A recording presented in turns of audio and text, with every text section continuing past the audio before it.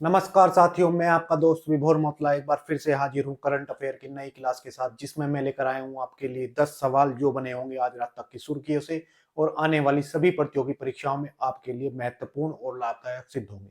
तो चलिए दोस्तों, शुरू करते हैं आज की क्लास को हर रोज की तरह आज के मोटिवेशन कोटेशन के साथ। आज का मोटिवेशन कोटेशन आपके लिए है जो आपको ऊर्जावान बनाए रखेगा। थोड़ी ठोकर थोड़ा दर्द, ये भी तेरा इम्तिहान है। जो हार गया वो टूट गया, जो डटा रहा वे ही महान है।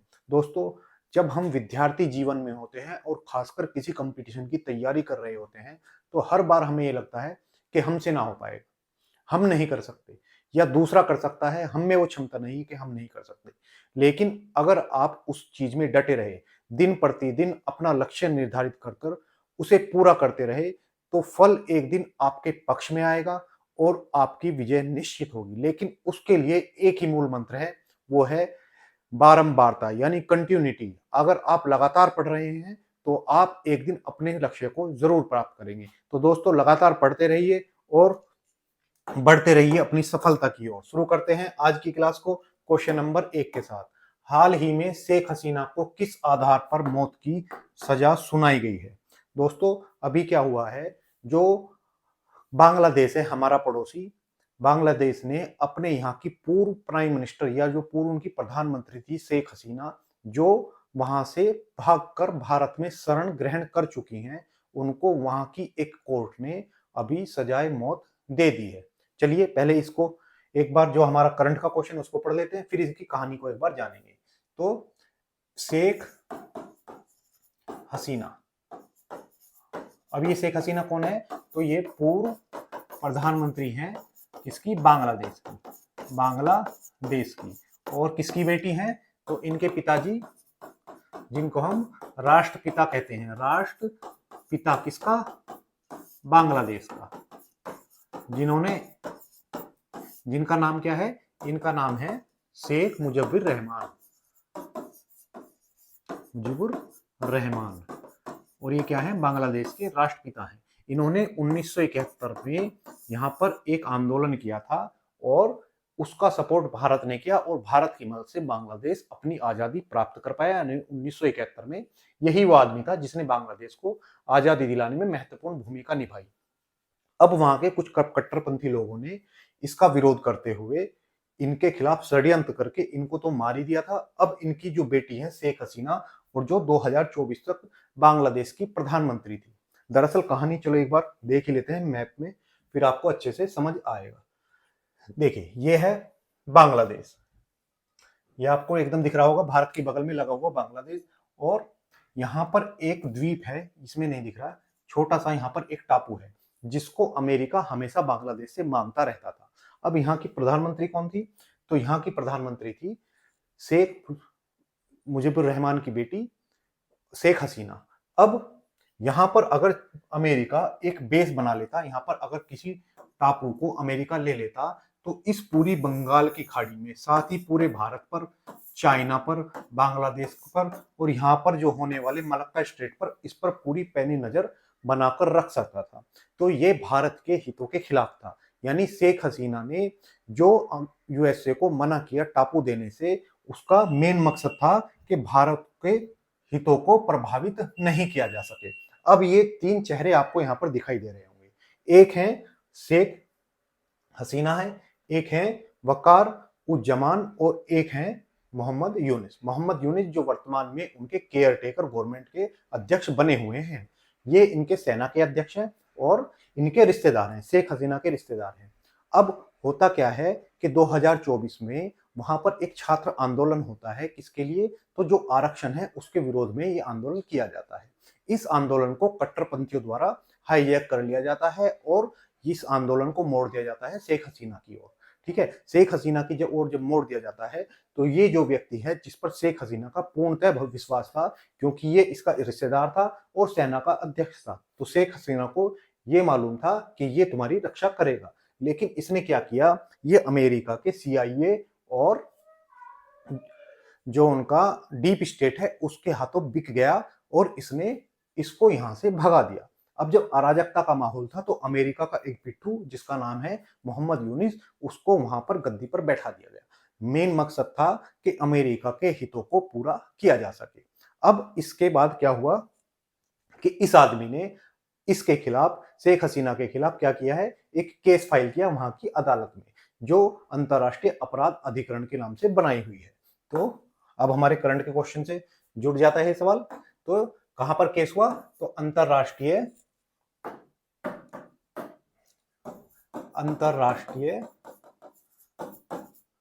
अपराध अधिकरण में। अब अधिकरण, अब आप पूछेंगे कि अंतरराष्ट्रीय है क्या, पूरे विश्व में इसकी मान्यता है? इसकी कोई पूरे विश्व में मान्यता नहीं है, ये सिर्फ बांग्लादेश ने अपने यहाँ अंतरराष्ट्रीय नाम रखकर बना दिया है। इसको बाकी कोई और दूसरा देश नहीं मानता है, यानी सिर्फ नाम का अंतरराष्ट्रीय है। कहां पर है ये, तो बांग्लादेश में है। अब इसने क्या किया है, शेख हसीना को मौत की सजा सुनाई है। किसको मौत की सजा सुनाई है, शेख हसीना को। और इनके लिए जुर्म क्या है, इनके लिए जो अपराध घोषित किया गया है वो है मानवता के विरुद्ध अपराधों के लिए। तो इसका कारण क्या है, मानवता के विरुद्ध अपराध, ये इसका कारण बताया गया है। यानी लेना देना कुछ नहीं, गिलास थोड़ा बाहर आना, ठीक है, इससे होना जाना कुछ नहीं है, बस एक सुर्खियां बनाने के लिए ये किया गया है। क्योंकि शेख हसीना वर्तमान में भारत में है, भारत ने कह दिया है कि हम इनको वापस करने वाले नहीं है, क्योंकि आप पाकिस्तान के साथ जो दोस्ती निभा रहे हो और भारत के हितों का ध्यान नहीं रख रहे, तो हम भी ऐसा ही करेंगे, अब तुम्हें सबक सिखाते हैं। ठीक है, तो ये हुई किसकी बात, ये हुई बांग्लादेश की, और ये पूरी कहानी। अब बांग्लादेश के बारे में एक बार पूरा जान लेते हैं। चलिए थोड़ा जूम करते हैं तो आपको अच्छे से समझ आएगा।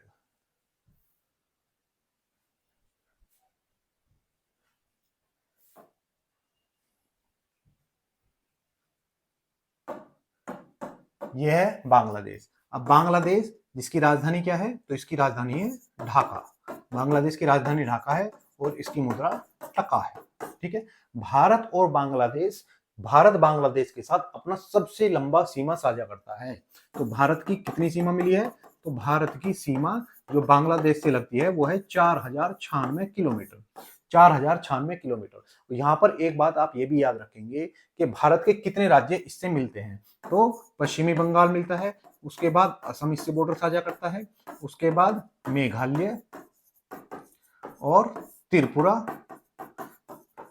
और उसके बाद मिजोरम।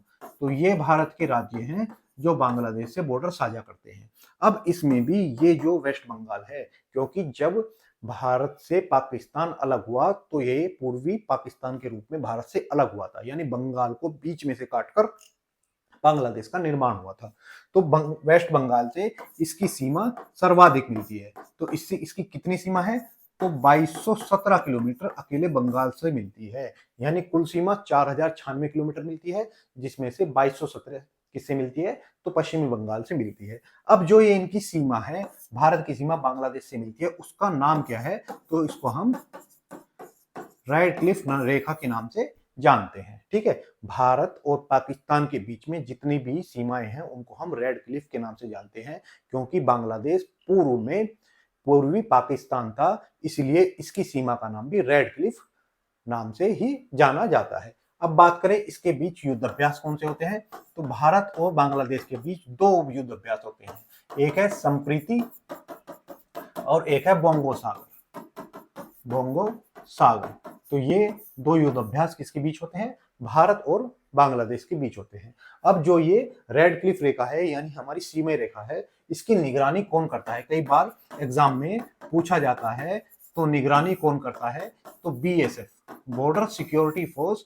भारत और बांग्लादेश, भारत और पाकिस्तान दोनों सीमाओं पर निगरानी का कार्य किसका है, तो हमारी बॉर्डर सिक्योरिटी फोर्स का है। तो इस तथ्य को भी आप याद रखेंगे। चलिए अब देखते हैं क्वेश्चन नंबर 2। आज रिवीजन के क्वेश्चन नहीं है, कल डाले जाएंगे। हाल ही में सऊदी अरब के मदीना के पास एक बस टैंकर टक्कर में कितने भारतीय नागरिकों की मृत्यु हुई है। अभी क्या हुआ है, हमारे यहां से कुछ व्यक्ति थे जो हैदराबाद के थे, हैदराबाद के कितने व्यक्ति, तो लगभग 42 बताए जा रहे हैं। ये कहां पर गए थे, सऊदी अरब गए थे। ठीक है, सऊदी अरब गए थे। वहां पर एक ट्रेन जो मदीना से, एक बस जो मदीना से कहां जा रही थी, मक्का जा रही थी। मक्का जा रही थी वो एक किससे टकराई, तो एक तेल के भरे टैंकर से टकरा गई। ब्लास्ट बहुत जोरदार हुआ और जितने भी लोग थे वहीं पर मारे गए। तो कितने लोग थे इसमें? 42 लोग मारे जाने की अभी तक पुष्टि हो चुकी है। ये सभी लोग हैदराबाद से थे। अब आप पूछोगे कि ये क्या करने गए थे, तो ये उमरा करने गए थे। क्या? उमरा करने गए थे। अब ये उमरा क्या होता है? तो जब भी कोई मुसलमान अरब देश की यात्रा करता है या सऊदी अरब की यात्रा करता है तो दो उसके प्रमुख रीजन होते हैं, एक उमरा एक हज। क्या होता है? एक उमरा होता है, एक हज। ठीक है, हज को तो आप में से ज्यादातर लोग जानते ही होंगे। कुछ लिमिट समय के लिए या कुछ सीमित समय के लिए हम एक यात्रा करते हैं, जो वहां पर मक्का की यात्रा की जाती है, उसको हम हज कहते हैं, जो एक मुसलमान पर फर्ज समझा जाता है। उसके बाद एक होता है उमरा। ये जो हज है, ये जो इस्लामी महीना है, इस्लामी वर्ष है, उसके 12वें महीने के, उसके 12वें माह, जिसका नाम क्या है? तो उसका नाम है धू अल हिजा। ये इनका इस्लामी कैलेंडर का 12वां महीना है, धू अल हिजा। तो इस समय क्या होती है? हज की यात्रा होती है। लेकिन इस समय के अतिरिक्त जो यात्रा करते हैं मक्का की, उसको हम उमरा के नाम से जानते हैं। यानी उमरा साल में किसी बार किसी भी समय किया जा सकता है। हज सिर्फ लिमिट समय के लिए ही किया जाता है। इसके लिए कोई पाबंदी नहीं है, लेकिन हज क्या है? मुसलमानों पर एक फर्ज है कि इसको करना ही करना है। ठीक है, अब क्या हुआ वहां पर, जब ये मदीना से मक्का की ओर जा रहे थे, लगभग रात के 1:30 बजे का समय था, वहां पर ये इनकी बस एक तेल के टैंकर से टकरा गई और इस ब्लास्ट में लगभग 42 लोगों की मृत्यु हो गई। तो ये था हमारा करंट का क्वेश्चन। अब जानते हैं सऊदी अरब के बारे में। ठीक है, अब स्टैटिक्स जी के, तो ये ट्रेन का धमाका है जो कैमरे में कैद हुआ। तो पूरी ट्रेन क्या है, वो सॉरी पूरी बस जल गई है। चलिए अब देखते हैं हम सऊदी अरब को। चलिए सबसे पहले कहाँ जाएंगे हम? तो सबसे पहले जब भी हम किसी यात्रा की शुरुआत करते हैं तो हम जाते हैं कहाँ पर? भारत। और भारत से ही तो फ्लाइट पकड़ेंगे। तो भारत से हम अगर दिशाओं का ज्ञान करें, तो दिशाओं का ज्ञान मैंने आपको सिखाया है कि प्लस का निशान बनाएंगे, इधर वाली ईस्ट, ये वाली वेस्ट, ऊपर वाली नॉर्थ और नीचे वाली साउथ। अगर भारत से पश्चिम की ओर चले तो यहाँ पर विश्व का सबसे बड़ा प्रायद्वीप है, उसका नाम है अरब प्रायद्वीप। क्या है? अरब प्रायद्वीप। प्रायद्वीप क्या होता है? जमीन का वो हिस्सा जो 3 ओर से जल से घिरा हो, वो प्रायद्वीप कहलाता है। तो विश्व का सबसे बड़ा प्रायद्वीप कौन सा है? तो वो है सऊदी अरब। सऊदी अरब में भी वो सॉरी अरब प्रायद्वीप, और इस अरब प्रायद्वीप का सबसे बड़ा देश है, सबसे बड़ा देश, उसका नाम है सऊदी अरब। ठीक है, और सऊदी अरब जो मुस्लिम इस्लाम देशों का एक लीडर के तौर पर भी हम इसे जानते हैं। ठीक है, तो ये सऊदी अरब हो गया। अब इस सऊदी अरब की राजधानी क्या है? तो इसकी राजधानी है रियाद। रियाद इसकी राजधानी है और मुद्रा इसकी क्या है? यानी इसकी करेंसी रियाल है। तो रियाल और रियाद दोनों आप याद रखेंगे। यहाँ के 2 शहर हैं, मक्का और मदीना, जिनको आप अच्छी तरह से ही जानते ही होंगे। बात करें तो यहाँ के रेगिस्तान, यानी यहाँ के कौन से रेगिस्तान हैं जो पाए जाते हैं, तो मैं आपको कई बार बता चुका हूं इनका नाम, जैसे रब अल खाली, रब अल खाली, एक है अल नैफूद, अल कबीर, अल नैफूद, अल कबीर, और दूसरा है अल दहान, तीसरा है अल दहना, अल दहना, ये तीसरा। तो ये 3 रेगिस्तान जो यहाँ पर मुख्यतः पाए जाते हैं, क्योंकि पूरा ही देश रेगिस्तान का है, तो रेगिस्तानी यहाँ की क्या है? प्रसिद्ध है। अब बात करते हैं यहाँ पर जो अरब प्रायद्वीप है, इसके दोनों तरफ 2 जल संधियां पड़ती हैं जो हमारी एग्जाम की दृष्टि से बहुत महत्वपूर्ण है। ये वाला हिस्सा जो आप देख रहे होगे जिसमें पानी भरा है, इसको हम बोलते हैं फारस की खाड़ी। फारस की खाड़ी, और खाड़ी क्या होती है? देखो, अगर पृथ्वी 3 ओर से पानी से घिरी हो तो क्या कहलाती है? प्रायद्वीप। अगर पानी 3 ओर से पृथ्वी से घिरा हो तो उसे बोलते हैं खाड़ी। तो ये क्या है? 3 ओर से पानी से घिरी है, इसे बोलते हैं फारस की खाड़ी। और इधर है गल्फ ऑफ ओमान, तो यहां भी 3 ओर से घिरी है, तो यह है गल्फ यानी ओमान की खाड़ी, ओमान की खाड़ी। अब इन दोनों को जोड़ने वाली जल संधि, यानी यहां से ये पानी को जुड़ा हुआ है, जल संधि होती है दो पानी के बड़े जलाशयों को एक छोटा सा रास्ता जो उनके पानी को कनेक्ट कर दे, यानी पानी की 2 टंकी और एक पाइप जो जोड़ रहा है उसे, वो कहलाती है जल संधि। तो यहाँ पे जो जल संधि है वो है हार्मुज जल संधि। कौन सी है? हार्मुज जल संधि। अगर हम इस अरब प्रायद्वीप के दक्षिण में आते हैं तो यहाँ को आपको दिखेगा एक सागर, और इस सागर का नाम है लाल सागर, और लाल सागर, और यहां पर है गल्फ ऑफ आदेन यानी अदन की खाड़ी। अब लाल सागर को अदन की खाड़ी से जोड़ने वाली ये जो जल संधि है इसे बोलते हैं बाब अल मंदेव। क्या बोलते हैं? इसको बोलते हैं हम बाब अल मंदेव। तो ये था हमारा पूरा जुड़ा हुआ किससे? इससे। अब करंट में हाल ही में क्वेश्चन रहा सऊदी अरब से जुड़ा हुआ, क्या था कि सऊदी अरब की एक फर्म है, सऊदी अरब की एक फर्म है जिसका नाम है मादेन। इससे भारत ने समझौता किया है। भारत ने क्या किया है? समझौता किया है। और किसके लिए? तो उर्वरकों के लिए समझौता किया है। ये भी करंट में क्वेश्चन रहा, तो आप इसको भी एक बार नोट कर लीजिए। चलिए अब देखते हैं क्वेश्चन नंबर 3।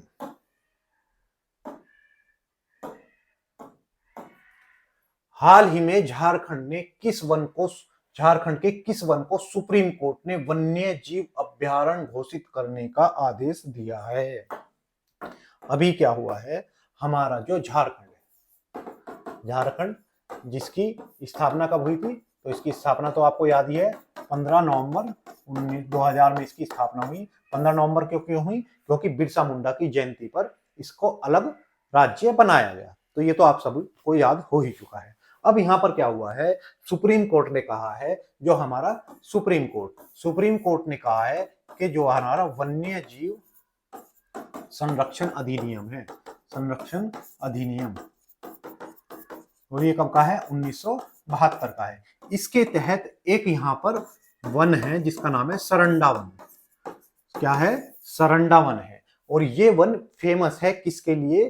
तो यह एशिया का सबसे बड़ा साल वन है। कैसा? तो एशिया का, ये भी आप याद रखेंगे, एशिया का सबसे बड़ा साल वन। साल बोले तो जो साल के पेड़ हैं वो यहाँ पर पाए जाते हैं, यानी विश्व का, एशिया का सबसे बड़ा साल का वन कहाँ पाया जाता है? भारत में पाया जाता है। नाम है सरंडा वन। अब इसको क्या कर दिया है? वन्य जीव अभयारण्य घोषित कर दिया है। क्या कर दिया है? वन्य जीव अभयारण्य घोषित कर दिया है। ठीक है। अब आप बोलेंगे सर आप कभी पढ़ाते हो राष्ट्रीय उद्यान, कभी पढ़ाते हो वन्य जीव अभयारण्य, तो ये क्या होता है, इनके बारे में थोड़ी सी जानकारी दो। देखो दोस्तों, एक होता है राष्ट्रीय उद्यान यानी नेशनल पार्क, जो हम हर स्टेट के डेली पढ़ते हैं उससे जुड़े हुए। एक होता है अभयारण्य। ठीक है, अभयारण्य होता है जैसे रिजर्व। क्या होता है? रिजर्व, यानी किसी भी एक प्रजाति के लिए रिजर्व किया गया क्षेत्र अभयारण्य कहलाता है। जैसे हमने टाइगर रिजर्व सुना होगा, हाथी रिजर्व सुना होगा, डॉल्फिन रिजर्व सुना होगा, घड़ियाल रिजर्व सुना होगा, गैंडा रिजर्व सुना होगा, है ना, चीता रिजर्व सुना होगा। तो वो क्या है? किसी एक जीव के लिए संरक्षित क्षेत्र क्या कहलाता है? तो अभयारण्य कहलाता है। और ये क्या है? मतलब यहाँ पे लिखिए एक जीव के लिए। और नेशनल पार्क में क्या है? सभी जीव।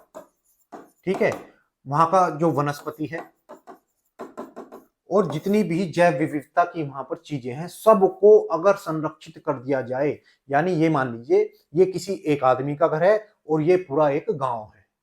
ठीक है, ये क्या हुआ? एक आदमी का घर है, विशेष आदमी का घर है। मान लो ये तुम्हारे जोगिंदर का घर हुआ और ये जोगिंदर का गांव हुआ।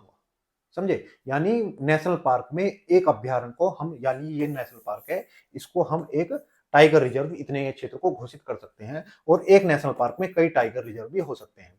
अब जब कई टाइगर रिजर्व हो सकते हैं तो दूसरा कारण क्या होगा? ये बड़ा क्षेत्र होगा और ये छोटा क्षेत्र होगा। ये केंद्र सरकार के अधीन आएगा। इसमें केंद्र सरकार के अधीन तो आता है, लेकिन ये किसी प्राइवेट फर्म के अधीन भी आ सकती है। अगर सरकार चाहे तो उसको दे सकती है।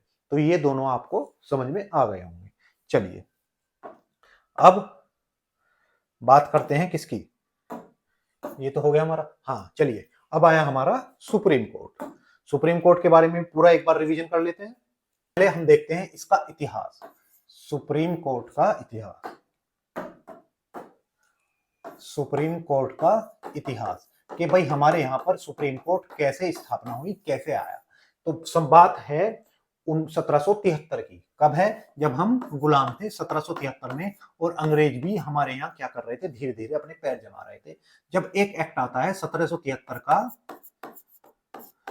रेगुलेटिंग एक्ट,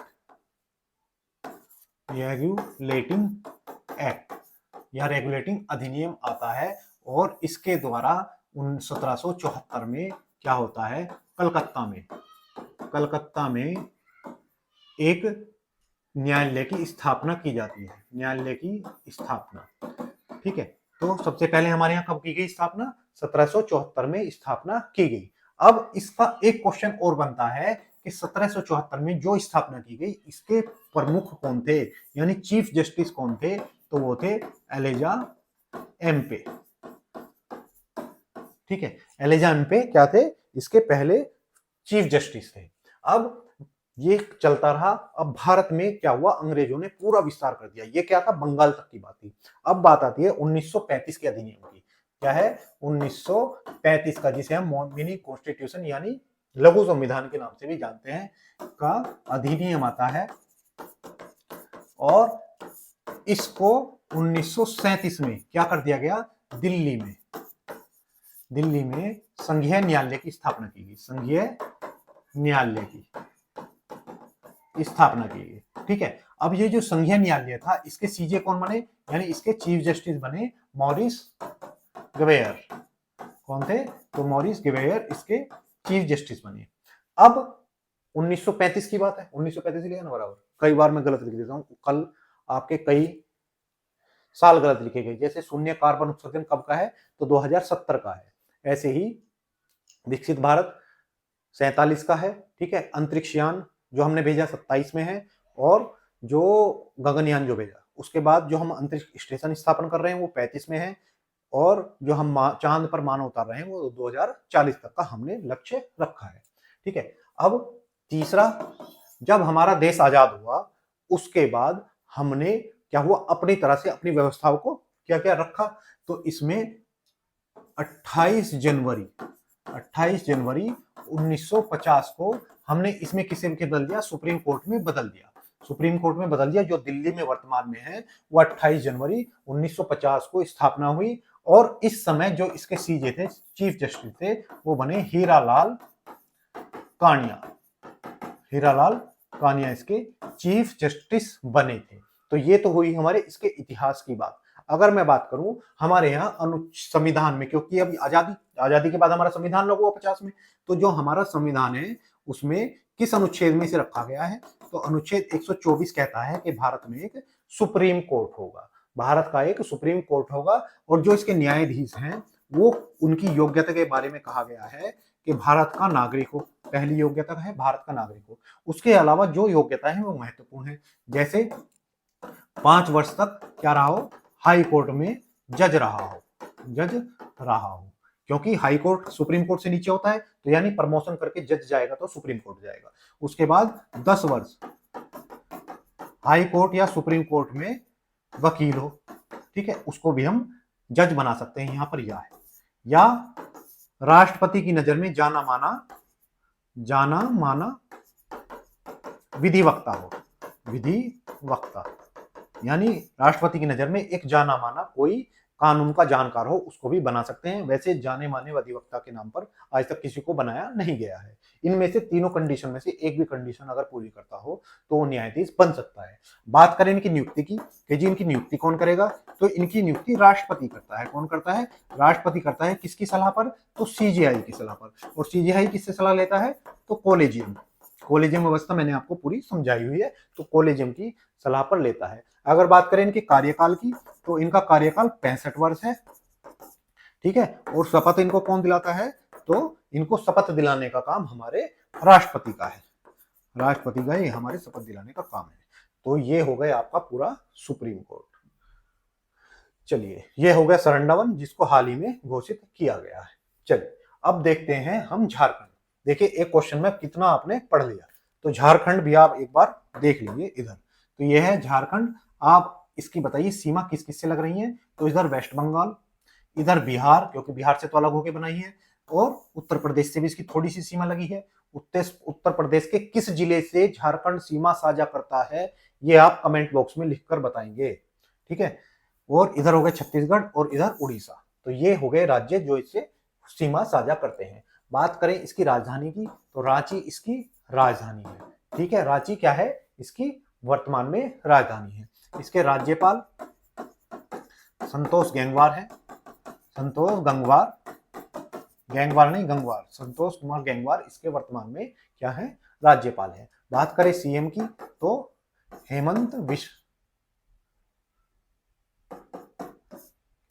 हेमंत क्या है, शिबू सोरेन के लड़के जो हैं, हेमंत सोरेन इसके सीएम हैं। अभी शिबू सोरेन का हाल ही में निधन हुआ था, तो इस बात को भी आप याद रखेंगे। बात करें यहाँ पे लोक नृत्य की, लोक नृत्य, तो आपने छऊ नृत्य सुना होगा। छऊ नृत्य यहीं का है। छऊ नृत्य कहाँ से संबंधित है, तो यहाँ पर एक सरहुल नृत्य भी मनाया जाता है। अगर बात करें त्योहार की, तो उत्सव है सरहुल। सरहुल एक उत्सव भी है और सरहुल एक नृत्य भी है। ये भी रखेंगे, झारखंड का ही है, तो आप ये याद रखेंगे। एक जट जटीन आपको कई राज्यों में देखने को मिलेगा, उसमें से झारखंड भी एक राज्य है। फिर एक कर्मा, तो कर्मा को आप विशेष तौर पर याद रखेंगे। डांगा और सोरहाई, तो ये इसके लोक नृत्य हो गए। अगर बात करें यहाँ के नेशनल पार्क की, तो यहाँ का एकमात्र नेशनल पार्क है जिसका नाम है बेतला। बेतला इसका एकमात्र नेशनल पार्क है। ठीक है, तो ये हो गया हमारा क्वेश्चन नंबर, कौन सा था भाई, तीसरा था। हाँ, अब चौथा क्वेश्चन देखते हैं, राष्ट्रीय प्रेस दिवस कब मनाया जाता है। चलिए, इस क्वेश्चन में मैं आपको पूरे प्रेस की जगत के इतिहास की सैर करा देता हूं।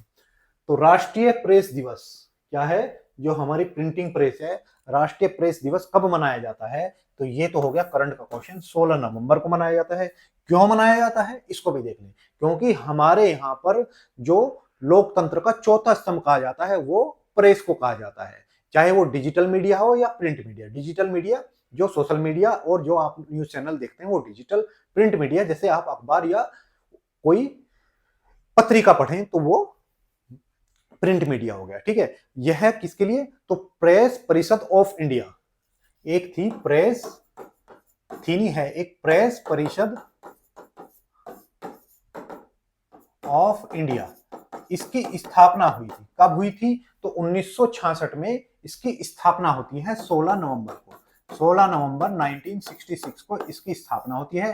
तो इसकी स्थापना के उपलक्ष्य में ही हम प्रेस स्वतंत्रता दिवस मनाते हैं, यानी राष्ट्रीय प्रेस दिवस मनाते हैं। ठीक है, इसी अवसर पर हमारे यहाँ प्रेस से संबंधित 2 सम्मान भी दिए जाते हैं। और वो सम्मान भी कई बार पूछ लेता है कि ये सम्मान किससे संबंधित है। तो पहला सम्मान है राजा राम मोहन राय पुरस्कार। राजा राम मोहन राय पुरस्कार अगर आपसे पूछे तो ये किससे संबंधित है, तो ये प्रेस से संबंधित पुरस्कार है। ठीक है, दूसरा है राष्ट्रीय पत्रकारिता उत्कृष्टता पुरस्कार। दूसरा क्या है, राष्ट्रीय पत्रकारिता उत्कृष्टता पुरस्कार।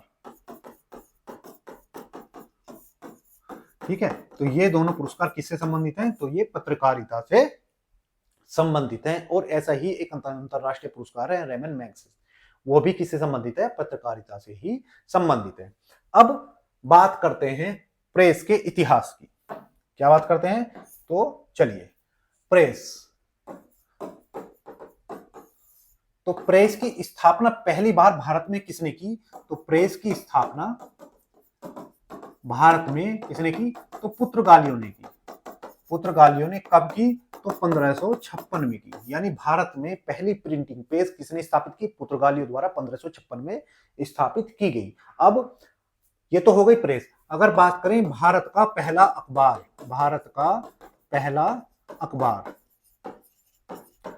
तो इसका नाम क्या था, तो इसका नाम था द बंगाल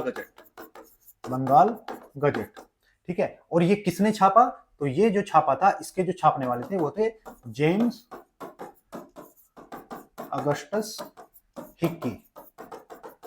और इन्होंने कब छापा था? तो 1780 में इसको छापा गया। तो 1780 में हमारे यहाँ का पहला क्या छपा था? ये 1780 में पहला अखबार छपा था जिसका नाम था द बंगाल गजट। और ये अंग्रेजी का अखबार था। ठीक है, कैसा था? अंग्रेजी का अखबार था। किसने छापा? द जेम्स अगस्टा हिक्की ने छापा। इसीलिए इनको आधुनिक भारत के प्रेस का जनक कहा जाता है। आधुनिक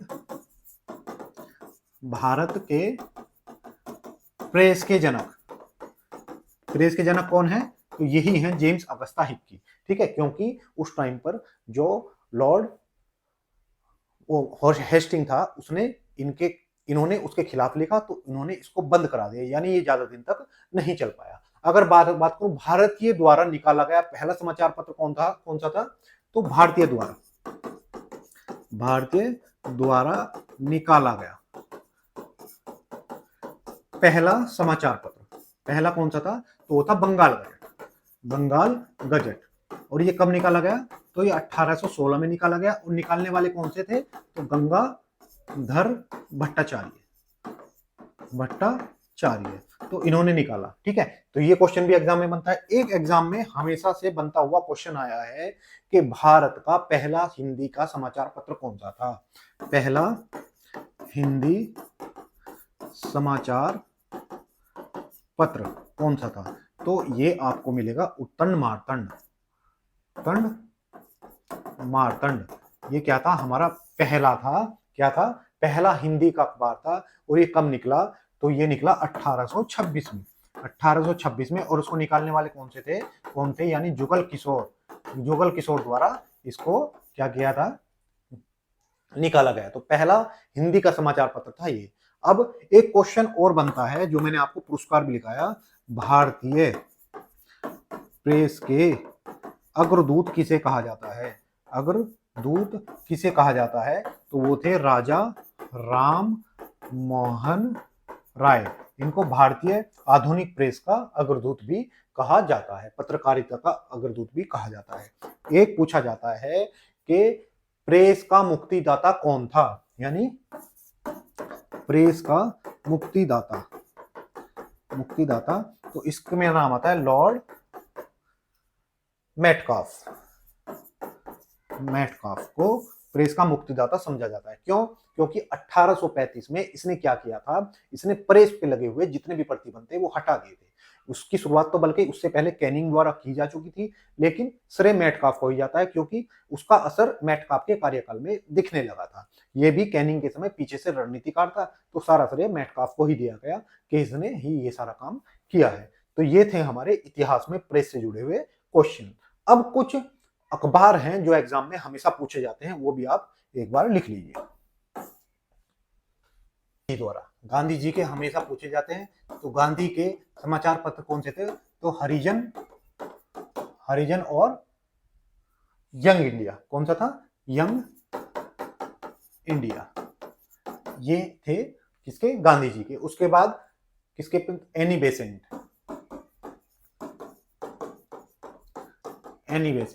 इनके भी दो अखबार बड़े फेमस थे, एक था कॉमन व्हील और एक न्यू इंडिया। ठीक है, तो दो समाचार पत्र किसके थे? तो ये एनी बेसेंट के थे। एक सबसे प्रसिद्ध जो था बंदी जीवन जो काफी फेमस भी रहा, ये किसका था? तो ये था सचिंद्रनाथ सान्याल का। सचिंद्रनाथ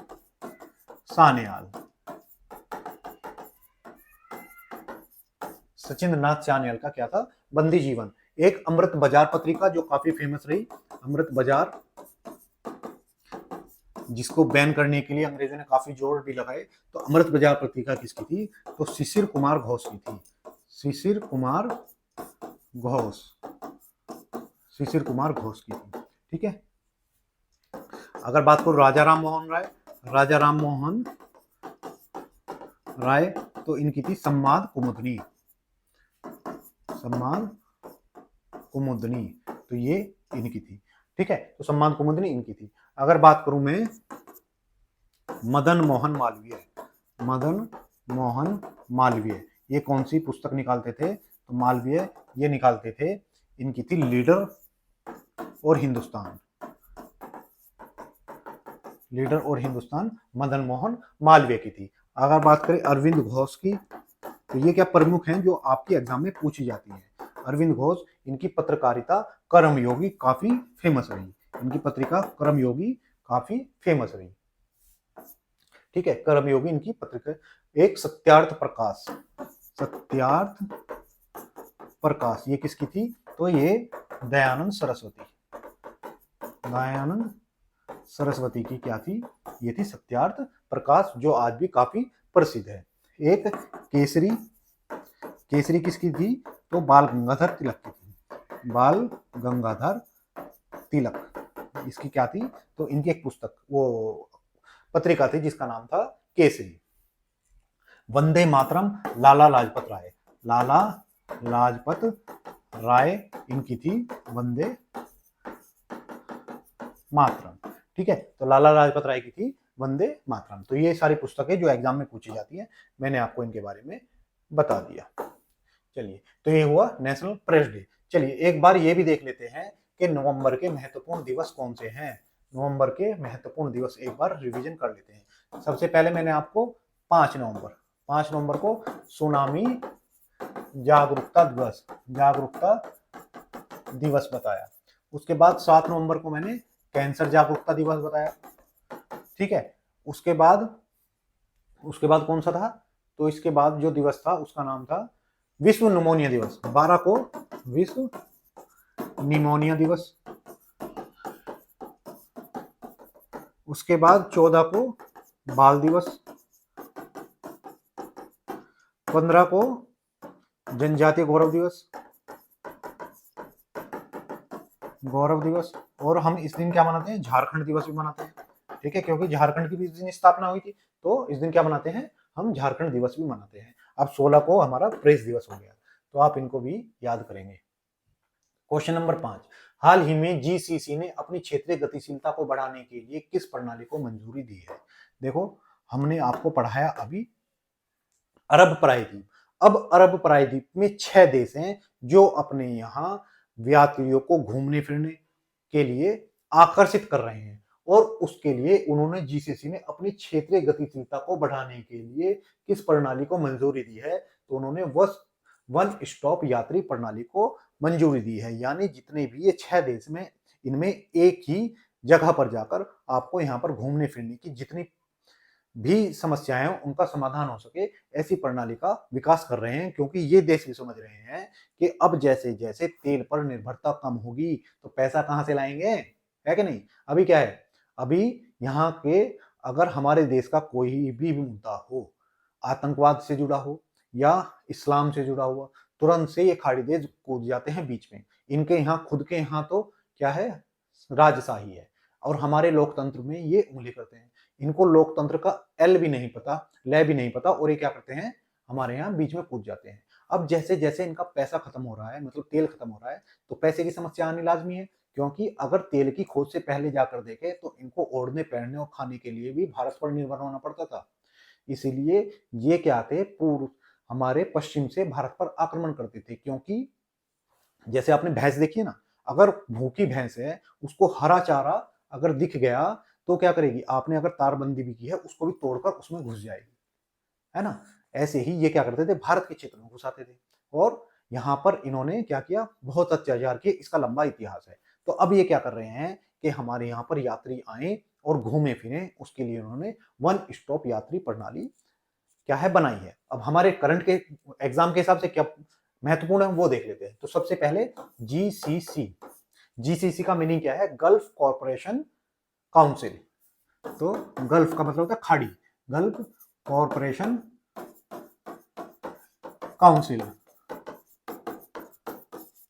तो ये है, ये एक काउंसिल है जिसकी स्थापना 1981 में हुई थी। क्या हुई थी? 1981। इसमें 6 देश हैं। 6 देश कौन से हैं? एक तो है कुवैत, यूएई, सऊदी अरब, बहरीन, 1 2 3 4, और उसके बाद कौन सा है? ओमान और कतर। तो ये हमारे क्या हुआ, करंट के हिसाब से महत्वपूर्ण हो गया, क्योंकि अभी चर्चा में है। और यही 6 देश हैं जो विश्व के 30% तेल के भंडार रखते हैं और विश्व के 20% गैस के भंडार रखते हैं। गैस जैसे एलपीजी हुई, या ये इनके भंडार 20% विश्व के इनके पास है, और 30% तेल के भंडार ये सब लोग रखते हैं। और सब मिलकर कह रहे हैं कि हमें क्या करना पड़ेगा, लोगों को बहला फुसलाकर अपने यहाँ क्या बुलाना पड़ेगा, घूमने फिरने के लिए बुलाना पड़ेगा। अब देखते हैं क्वेश्चन नंबर 6। महाराष्ट्र की लाड़की बहन योजना के तहत मासिक कितनी आर्थिक सहायता दी जाती है? देखिए, सबसे पहले हम क्या देखेंगे कि योजना कौन सी है, तो लाड़की, लड़की नहीं, लाड़की बहन। कई तो सोच रहे होंगे कि गुरुजी ने गलत लिख दिया, लाड़की लिख दिया, लड़की होना चाहिए था। नहीं, ये लाड़की ही है। किसकी है, तो ये महाराष्ट्र की है। महाराष्ट्र की किसके लिए है, अगर लड़की है तो महिलाओं के लिए है। ठीक है, अब इन्होंने क्या किया है कि जिसको भी पैसे चाहिए वो अपनी केवाईसी कराए, और केवाईसी का इन्होंने समय रखा था 18 नवंबर तक। कब तक का रखा था, तो केवाईसी का समय रखा था इन्होंने 18 नवंबर। अब 18 नवंबर पूरा हो गया, तो ये चर्चा में है, क्योंकि कुछ लोग अभी भी ऐसे हैं जिनकी केवाईसी नहीं हुई है, तो उनको पैसा नहीं मिलेगा। अब ये कितने पैसे देती है, तो 1500 रुपए प्रति महीना महिलाओं को देती है। तो अभी चर्चा में था, तो मैंने सोचा आपको भी बता दिया जाए। ठीक है, क्योंकि जो चर्चा में रहती है वो हमारे लिए महत्वपूर्ण रहती है। बात करें महाराष्ट्र की, तो भारत के पश्चिमी तट पर, देखो भारत को अगर हम दिशाओं में बांटे तो ऐसे बांटेंगे, कई बार मैंने आपको बताया है, तो बे बांटेंगे। तो ये वाला हिस्सा भारत का कौन सा हो गया, वेस्ट यानी पश्चिम, ये वाला हिस्सा पूर्व यानी ईस्ट, ऊपर वाला नॉर्थ और नीचे वाला साउथ दक्षिण। ठीक है, तो ये वाले हिस्से में क्या है, महाराष्ट्र है। समझ आई, तो ये वाला हमारा महाराष्ट्र के में पश्चिमी हिस्से में। तो इसकी राजधानी मुंबई है, ये तो आप जानते ही है, राजधानी मुंबई। यहाँ के जो राज्यपाल थे वो थे सीपी राधाकृष्णन। राधाकृष्णन हमारे 15वें व्यक्तिगत तौर पर जो क्रम है 15वें उपराष्ट्रपति चुने गए। अब जब वो उपराष्ट्रपति चुने गए तो उनका राज्यपाल का पद खाली था। तो जो गुजरात इनका पड़ोसी राज्य है, उसके राज्यपाल जिनका नाम था आचार्य देवव्रत, आचार्य देवव्रत, इनको क्या बना दिया गया है, इनको इसका राज्यपाल का कार्यभार भी सौंप दिया गया है। तो यहां से आपको ये बात भी क्लियर होगी कि एक राज्यपाल 2 या 2 से अधिक राज्यों की राज्यपाल का पद संभाल सकता है। ठीक है, तो ये हुआ। अब बात करें यहाँ के सीएम की। यहाँ के सीएम कौन है, तो देवेंद्र भाऊ यानी देवेंद्र फडणवीस, ये यहाँ के सीएम है। ठीक, अगर बात करें यहाँ के नृत्यों की या यहाँ के हाई कोर्ट की, हाई कोर्ट कहां पर है यहाँ का, तो हाई कोर्ट बॉम्बे में है। ठीक है, बात करें नेशनल पार्क, तो नेशनल पार्क कौन कौन से यहाँ पे, तड़ोबा, तड़ोबा, गूंगामल, चंदोली, संजय गांधी और नवेगांव, ये क्या है यहाँ के नेशनल पार्क। अगर बात करें यहाँ के हवाई अड्डों की, तो 2 हवाई अड्डे हैं।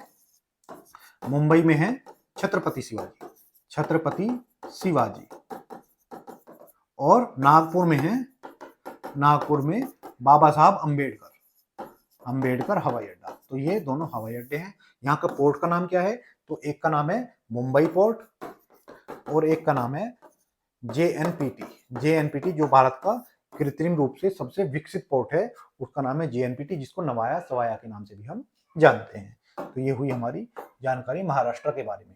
अब देखते हैं क्वेश्चन नंबर 7। हाल ही में अजय वॉरियर 2025 अभ्यास किस देश के साथ भारत ने किया है? तो अभी क्या हुआ, हमने क्या किया, ब्रिटेन के साथ, ब्रिटेन और भारत दोनों एक युद्ध अभ्यास करते हैं जिसका नाम है अजय वॉरियर। ठीक है, तो आपका करंट का क्वेश्चन क्या बना कि किस देश के बीच हुआ, तो भारत और ब्रिटेन दोनों मिलकर कौन सा अभ्यास करते हैं, तो अजय वॉरियर नाम का अभ्यास करते हैं। अब दूसरा क्वेश्चन क्या बनता है कि इसका आयोजन कहाँ हुआ, यानी ये अभ्यास किया कहाँ गया। तो जब भी आपको थल सेना का अभ्यास है तो ज्यादातर आपको मिलेगा महाजन फील्ड रेंज में, महाजन फील्ड रेंज, और ये कहाँ पर है, ये राजस्थान में है। ठीक है, बीकानेर राजस्थान में एक जगह है महाजन फील्ड रेंज, वहां पर इसका क्या होता है, आयोजन किया जाता है। तीसरा क्वेश्चन क्या बनता है, इसका संस्करण कौन सा था, यानी कौन से क्रम का था। तो ये 8वां संस्करण है, इसका 8वां संस्करण है। तो इसकी शुरुआत कब हुई, जब 8वां संस्करण है तो इसकी शुरुआत कब हुई, 2011 में। 2011 में इसकी शुरुआत की गई थी। अब एक क्वेश्चन और बनता है कि भारत की ओर से किसने भाग लिया, तो जो हमारी सिख रेजिमेंट है, सिख रेजिमेंट, उसने इसमें भाग लिया और लगभग 250 जो सैनिक हैं इसमें शामिल होंगे, यानी 250 सैनिक इसमें शामिल होंगे। और जो इसका फोकस होगा, आतंकवादी विरोध, आतंकवादी घटनाओं को रोकना इसका क्या होगा, इसका फोकस होगा। यानी आतंकवादी घटनाओं के विरुद्ध हम कैसे बिहेव करें, ये इस 25 एशिया तीरंदाजी चैंपियनशिप में। सबसे पहले कि ये एशियन तीरंदाजी चैंपियनशिप का आयोजन हुआ कहां पर, चलिए, एशियन तीरंदाजी चैंपियनशिप, इसका आयोजन हुआ है हमारे यहाँ पर बांग्लादेश की जो राजधानी है ढाका में, इसका आयोजन किया गया है। ठीक है, तो बांग्लादेश के ढाका में इसका आयोजन किया गया है और भारत ने इस पर क्या किया है, भारत इसमें टॉप पर रहा है। कितने टॉप पर, यानी नंबर 1 रहा है। और भारत ने कितने पदक जीते, तो भारत ने इसमें 10 पदक जीते हैं तीरंदाजी में, जिसमें 6 + 3 + 1 यानी 6 गोल्ड, ये अपने ब्रॉन्ज और सिल्वर और 1 ब्रॉन्ज मेडल भारत ने जीता है। यानी भारत 10 मेडल के साथ इस पर टॉप पर रहा है। व्यक्तिगत बात करें तो इसमें टीम ने भी, और 2 स्वर्ण हमारे यहाँ व्यक्तिगत तौर पर जीते गए। 2 स्वर्ण पदक क्या है, व्यक्तिगत प्रतिस्पर्धाओं में जीते गए। तो कौन कौन से हैं, तो 2 व्यक्ति जिन्होंने जीते, एक तो अंकिता है, अंकिता भागवत जिन्होंने भारत के लिए स्वर्ण जीता। दूसरे धीरज है, तो अंकिता और धीरज जिन्होंने व्यक्तिगत तौर पर 1-1 स्वर्ण भारत को दिलाया, वो 2 ये खिलाड़ी हैं। तो ये रही हमारी टीम जिन्होंने 10 लोगों ने अभी मेडल जीते हैं। क्वेश्चन नंबर 10 देखिए, 9 देखिए, हाल ही में रविंद्र जडेजा ने कौन सी खास उपलब्धि हासिल की है। देखिए हमारे यहाँ पर एक ऑलराउंडर है, ऑलराउंडर, जिनका नाम है रविंद्र जडेजा।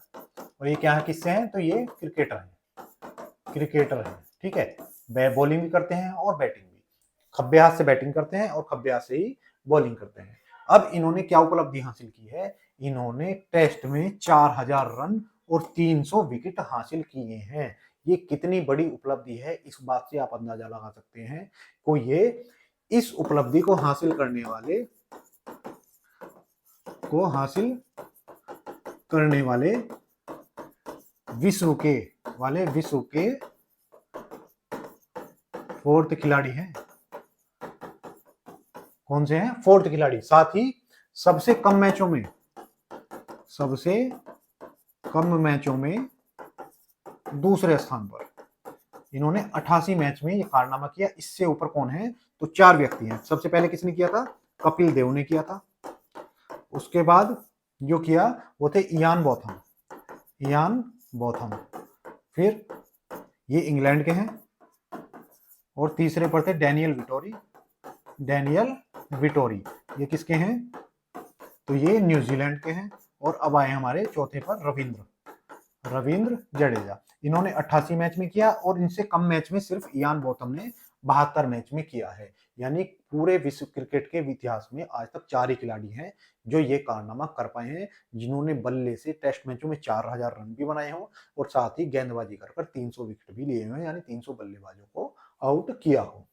ठीक है, तो ये खिलाड़ी बने हैं। ठीक है, तो ये 4 खिलाड़ी, Ian Botham, Kapil Dev, Vettori और जडेजा। तो जडेजा एक इलीट क्लब में शामिल हो चुके हैं। क्वेश्चन नंबर 10, हाल ही में आरबीआई ने एस कृष्णा को किस बैंक का पार्ट टाइम चेयरमैन नियुक्त किया है। तो अभी जो हमारी आरबीआई इसने किसको किया है, तो जो हमारे एस कृष्णा है, इनको क्या किया, पार्ट टाइम चेयरमैन। और ये कहाँ के हैं, यो सॉरी किसके बने हैं, तो ये जम्मू एंड कश्मीर बैंक के बने हैं। किसके, तो जम्मू कश्मीर बैंक के ये बने हैं। बात करें हम आरबीआई की, reserve bank of India, bank of India, यहाँ इसकी स्थापना कब हुई, तो 1935 के अधिनियम द्वारा। ठीक है, 1935 के अधिनियम द्वारा इसकी स्थापना, 1933 के अधिनियम द्वारा 1935 में इसकी स्थापना की गई। किसके द्वारा, तो इसके लिए एक समिति बनी थी जिसे हम यंग हिल्टन आयोग के नाम से जानते हैं, हिल्टन आयोग के नाम से जानते हैं। तो इसकी सिफारिश पर बनी थी, जिसे शाही आयोग भी कहा जाता है। ठीक है, इसकी सिफारिश पर आरबीआई की स्थापना की गई। 1935 में इसका हेड ऑफिस यानी हेडक्वार्टर जो था कलकत्ता में था, जिसे 1937 में बदलकर कहां कर दिया गया, मुंबई में कर दिया गया। और ये वर्तमान में ये मुंबई में ही है। ठीक है, अगर बात करूं इसके पहले हेड कौन थे यानी अध्यक्ष कौन थे, तो वो एक अंग्रेज थे जिनका नाम था ऑसबॉर्न स्मिथ, ऑसबॉर्न स्मिथ। उसके बाद जब देश आजाद हुआ तो कोई भारतीय बने, तो इसके भारतीय पहले हेड कौन बने, तो वो थे सीडी देशमुख। और वर्तमान में इसके हेड कौन है, तो वर्तमान में इसके अध्यक्ष ये आप बताएंगे। ठीक है, कौन बताएगा, तो ये आप लोग कमेंट बॉक्स में लिखकर बताएंगे कौन इसके वर्तमान में अध्यक्ष है। तो ये थे हमारे आज के 10 सवाल। आशा करता हूं मेरा ये प्रयास आपको पसंद आया हो, तो कृपया वीडियो को लाइक करें, चैनल को सब्सक्राइब करें। आज के लिए इतना ही, धन्यवाद।